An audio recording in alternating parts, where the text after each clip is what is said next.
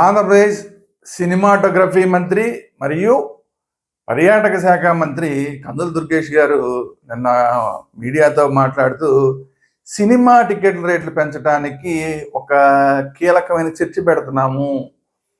హోంశాఖతోటి అలాగే మా శాఖ కలిసి సినిమాటోగ్రఫీ శాఖ కలిసి ఒక చర్చ పెడుతున్నాము. దీంట్లో ఒక నిర్ణయం తీసుకుని పెద్ద బడ్జెట్ సినిమాలకి ఎలా రేట్లు పెంచాలి, ఏపీలో షూటింగులు చేసే సినిమాలకి ఏ విధంగా రేట్లు పెంచాలి అనేది ఒక నిర్ణయం తీసుకుంటాము అని చెప్తున్నారు.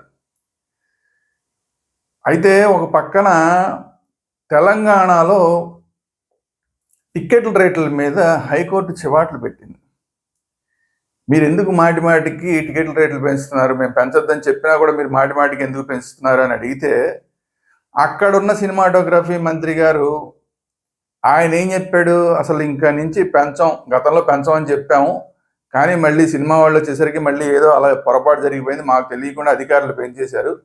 ఇక నుంచి పొరపాటున కూడా తెలంగాణలో సినిమా టికెట్ల రేట్లు పెంచము, ఎవరు నిర్మాతలు కానీ దర్శకులు కానీ మా దగ్గరికి కూడా రావద్దు, సినిమా టికెట్ల రేట్లు పెంచమని చెప్పి అక్కడ ఉన్న సినిమాటోగ్రఫీ మంత్రి చెప్తే, ఇక్కడ ఉన్న సినిమాటోగ్రఫీ మంత్రి మాత్రం ఎట్లా రేట్లు పెంచాలి అన్న దాని మీద చర్చ, దీని మీద ఒక ప్లానింగు, గతంలో ఉన్న జీవో కన్నా కూడా విభిన్నంగా అవసరమైతే జీవో తీసుకురావాలా, వీటన్నిటి మీద చర్చించి సినిమా టికెట్ల రేట్లు పెంచుదామని ఆయన చెప్తున్నాడు ఇండైరెక్ట్గా. ఎందుకు కందుల దుర్గేష్ గారికి అంత ఉత్సాహం సినిమా టికెట్ల రేట్లు పెంచాలని? ఓ పక్కన తెలంగాణ ప్రభుత్వం అది ఇందిరమ్మ పాలన, మాది సామాన్య ప్రజల పాలన. సామాన్య ప్రజలు ఒక కుటుంబం సినిమాకి వెళ్ళాలంటే వేల రూపాయలు ఖర్చు అయిపోతాయి, దాన్ని తగ్గించే ప్రయత్నం మేము చేస్తాం, సామాన్యుడికి అందుబాటులో సినిమా తీసుకొస్తామని చెప్తుంటే, మరి ఇక్కడ కందుల దుర్గేష్ గారు చెప్తున్న దాని ప్రకారం అసలు కూటమి ప్రభుత్వం సామాన్యుల ప్రభుత్వం కాదా ఇది? కేవలం డబ్బున్న వాళ్ళ ప్రభుత్వం, లేదంటే సినిమా ప్రొడ్యూసర్లు 100 కోట్లు తీసుకుని లాభాలు సంపాదించే సినిమా ప్రొడ్యూసర్లు, 100 కోట్లు రెమ్యునరేషన్లు తీసుకునే హీరోలు దర్శకులకు సంబంధించిన ప్రభుత్వమా? వాళ్ళకు అనుకూలంగా పనిచేసే ప్రభుత్వమా? సామాన్యుల గురించి మీకు పట్టదా? ఇది ఈరోజు ప్రతి సామాన్యుడు అడుగుతున్న ప్రశ్న. దీనికి ముందు కందుల దుర్గేష్ గారు సమాధానం చెప్పాలి. ఓ పక్కన అక్కడేమో తెలంగాణలోనేమో ప్రపంచ సినిమా అందరూ కూడా హైదరాబాద్కి వచ్చేలాగా చేయాలని వాళ్ళు ప్రయత్నాలు చేస్తూ ఉంటే, ఈ ప్రభుత్వం కూటమి ప్రభుత్వం వచ్చి 18 నెలలు 19 నెలలు అయిపోతుంది.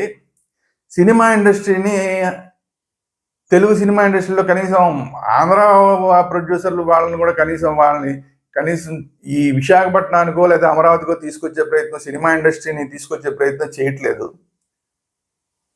ఇదే మంత్రి గారు పర్యాటక శాఖ మంత్రిగా కూడా ఉన్నాడు. విశాఖపట్నంలో కనుక సినిమా ఇండస్ట్రీని తీసుకొస్తే విశాఖపట్నంలో పర్యాటకంగా కూడా అభివృద్ధి చెందుతుంది, సినిమా పరంగా కూడా అభివృద్ధి చెందుతుంది. లొకేషన్లన్నీ కూడా ఎక్కువ ఉన్నది ఇక్కడ ఆంధ్రప్రదేశ్లోనే ఉన్నాయి. హైదరాబాదు లేదా తెలంగాణ కన్నా కూడా ఎక్కువ లొకేషన్లు, అరకు కానీ, విశాఖపట్నం బీచ్లు కానీ, ఎర్రమట్టి దెబ్బలు కానీ, ఇంకా ఒకటేంటి అనేక హార్సిలీ హిల్స్ కానీ తిరుపతి దగ్గర, ఇంకా ఒకటి కాదు అనేకం, తలకోన కానీ అన్నీ ఆంధ్రప్రదేశ్లో ఉన్నాయి. అలాంటిది ఆంధ్రప్రదేశ్కి సినిమా ఇండస్ట్రీని తీసుకురావాలన్న తపన ఈ మంత్రి గారికి లేదు, కానీ సినిమా టికెట్ల రేట్లు ఎట్లా పెంచాలన్న తపన బాగా ఎక్కువ కనబడుతుంది.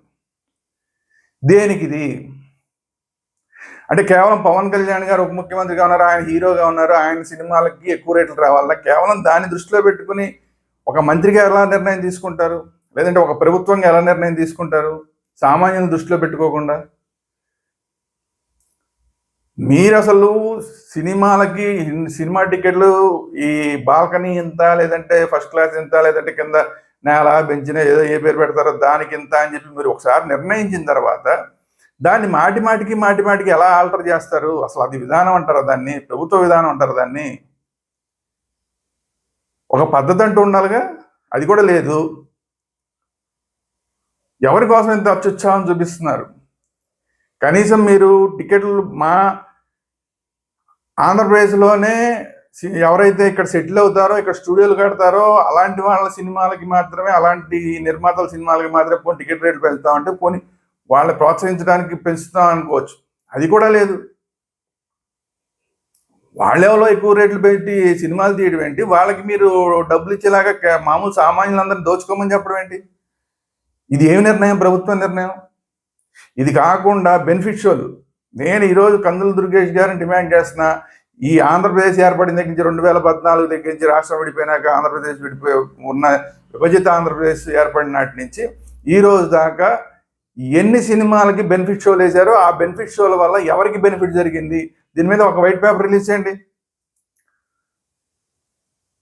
ఎవరో అభాగ్యులు, అనాథల కోసం, అలాంటి వాళ్ళ కోసం బెనిఫిట్ కోసం వేయాల్సిన బెనిఫిట్ షోల్ని సినిమా నిర్మాతల బెనిఫిట్ కోసం వేస్తుంటే కళ్ళు మూసుకుని మీ ప్రభుత్వాలు ఇష్టం వచ్చిన బెనిఫిట్ షోలకి అనుమతులు ఇస్తారు.